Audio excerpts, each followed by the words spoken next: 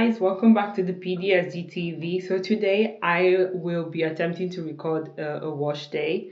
So this is how my hair is looking like. So this is like almost 3 weeks of me getting keratin treatment. So I had the keratin treatment and this is how my hair looks like, and I want to wash it. But today I'm going to follow a very detailed step on how to wash 4C hair.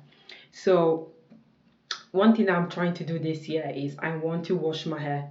I like it's not even about washing my hair, because I did a trichology course this year, and ever since then I've been really interested on the health of our scalps, and I'm really now like taking into consideration things that I've studied, and even the care that we need to take on when we're taking care of our own type of hair. Because one thing I can tell you for sure is I learned how to care for my hair through my mom, but I feel like most times as people of color, we don't even know, or Africans, or if you have African descent and you have this type of hair type, for hair, we don't really know what to do.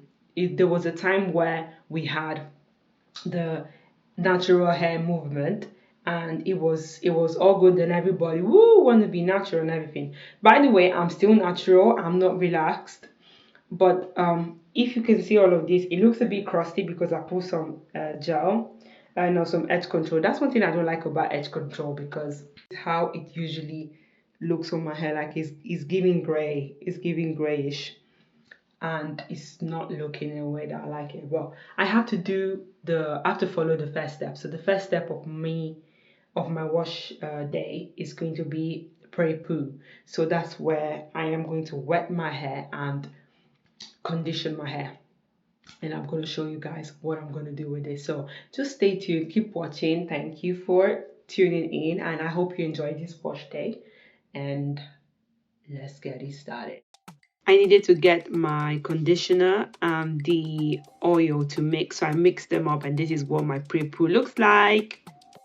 Heard about the healing book? Go to www.pdsgtv.com, where you will find a best-selling book by the PDSG TV.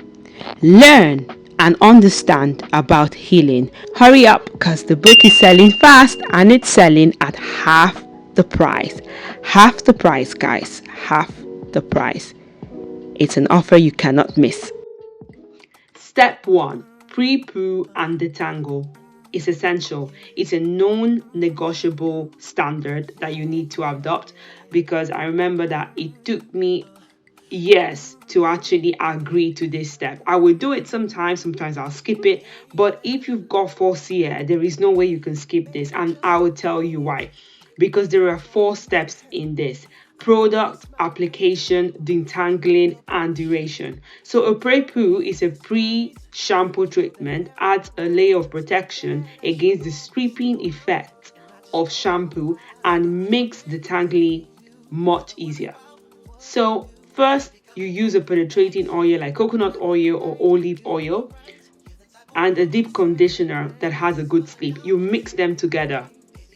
And the second is the application. As you can see, I've applied this all over my hair, and then you have to detangle and with a wide toothed comb, and then you have to cover it up for like half an hour or even overnight for maximum benefit, then rinse lightly.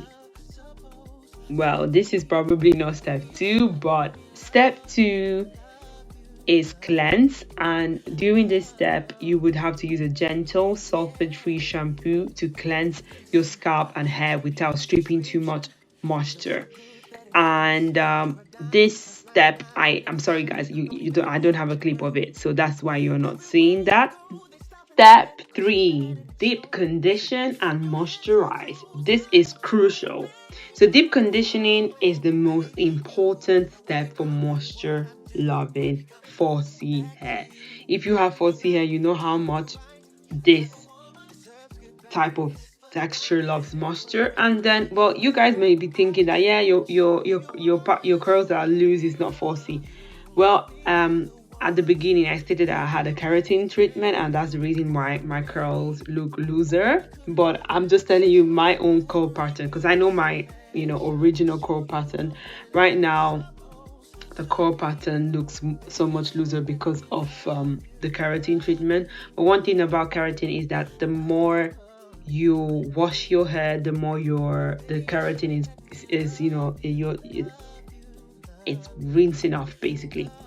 And you have to deep condition, so apply a generous amount of a moisturizing deep conditioner to each section, and then after deep conditioning you would have to apply a plastic cap and sit under a hooded dryer, or use a microwavable deep conditioning cap for 15 to 30 minutes. And that's what I used. I have the microwavable, but I don't, is it what you call it? But yeah, it's a deep conditioning cap, and it helps it helps your hair shaft by allowing heat to penetrate the hair shaft. And then you have to rinse, and rinsing the deep conditioner out is really important as well. So this is not, you're not keeping the deep conditioner in your hair, it's a rinse out. So it's a rinse out deep conditioner, so you would have to rinse out with cool or lukewarm water.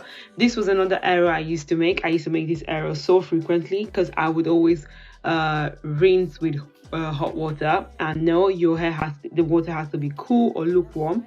Then the cool water helps to close the cuticle and seal in moisture. Yeah, so that's something you do not want to miss.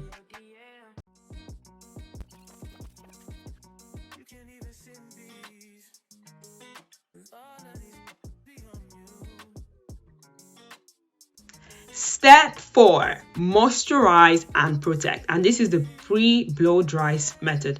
At this point, I was cleaning the blow dryer first, so making sure that it was clean, because you want to start with a clean blow dryer on your hair.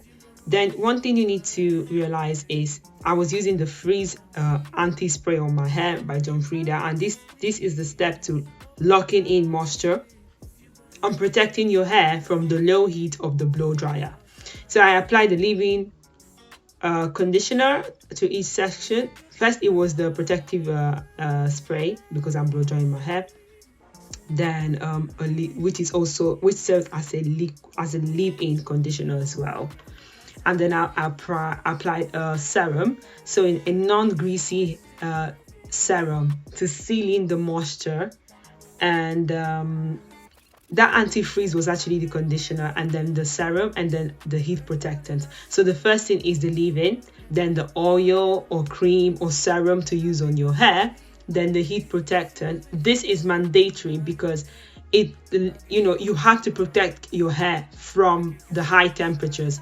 I try not to use high heat, but if you're going to be using high heat because you're trying to really get a straight look, then you need to really you must use a heat protectant, and that's something I use. And then I like blow drying my hair starting from the back of my hair. And one thing I noticed that even before getting the keratin treatment, I used to have a loose curl pattern. So the curl pattern on my head is not the same everywhere. The back is looser than the front. I have the tightest curls at the front, and then in the middle is less tighter than the front, and then the back is way looser. So yeah, but then with this keratin treatment, if it seems like my hair has the same curl pattern all over, it seems like, but it's not. Well, as you can see, this is step 5, and it's low heat blow dry. So the goal here is to stretch the hair for easier styling, not to straighten it fully. So using the lowest heat setting and a concentrator nozzle is best. So you can see what I'm using. My blow dryer is a concentrator nozzle. And one thing about the hair is that I needed it to be stretched, not super straight, but stretched. So my hair still had volume though. It was stretched. I was doing this because of the hairstyle that I was going to get, and it's a boohoo braids on my natural hair. And the technique is to use the tension method, so which means that you're gently holding the ends of a small section while moving the blow dryer from root to tip, or a blow dryer brush attachment to stretch the hair without excessive brushing or high heat. So that's something as well that you can do. But mine is a brush nozzle, so it's not like an attachment. This is not an attachment. It's the way my blow dryer is, and the focus is the aim of this low heat blow dryer is to have 80 to 90% dry stretched hair to minimize heat exposure. So it's not high heat. As I said earlier, I wasn't using high heat. Like, my hair was blow dried with a lot of volume. It's not slick press, is blow dry, because I needed the hair to be straight to a certain extent. Yes, guys. I hope you guys have enjoyed this video so far. Please remember to like, share, and subscribe to this channel. Tell a friend to tell a friend. Tell us what you like about this video. Do you blow dry your hair this way, or do you use the attachment? Like, let me know what your steps are. And yeah, as I said earlier, I was blow drying my hair on low heat, so the goal was to get stretched hair and not bone straight stretched hair. Okay, so yeah, that was the goal. Thank you guys for watching, and please check out our other videos. Tell a friend to tell a friend. See you homies in the next one. Bye.